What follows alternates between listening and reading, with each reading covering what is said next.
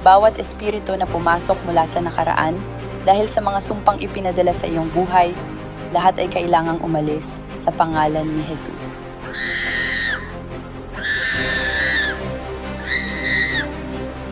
Salamat, Jesus.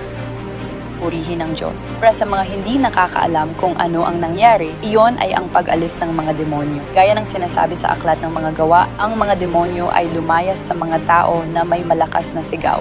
Bawat espiritu na nagmula sa kasunduang ito, bawat espiritu ng di pagtanggap, ay kailangang umalis ngayon sa pangalan ni Jesus. Tumahimik. Lubos na kalayaan para sa pamilyang ito sa pangalan ni Jesus. Salamat, Jesus. Ang espiritu ng di pagtanggap na ito ay kailangang umalis ngayon sa pangalan ni Jesus.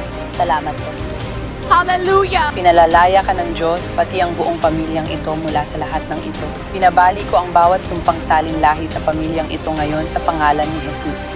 Ang mga sumpang salinlahi na naging sanhi ng lahat ng pang-api na ito, ipinapahayag ko na ito ay nabali na ngayon.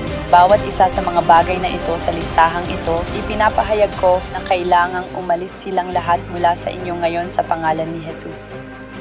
Salamat, Panginoon. Salamat, Jesus.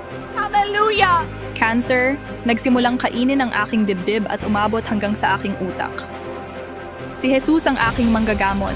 Oo nga, ipinapahayag ko ngayon na ang lahat ng cancer sa iyong katawan ay kailangang mawala. Kailangan itong umalis sa iyong katawan lahat.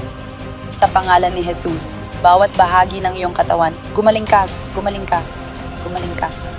At ipinapahayag ko na ang bawat espiritu ng depression, pagkabalisa, kakulangan at kulam ay kailangang umalis sa pangalan ni Jesus.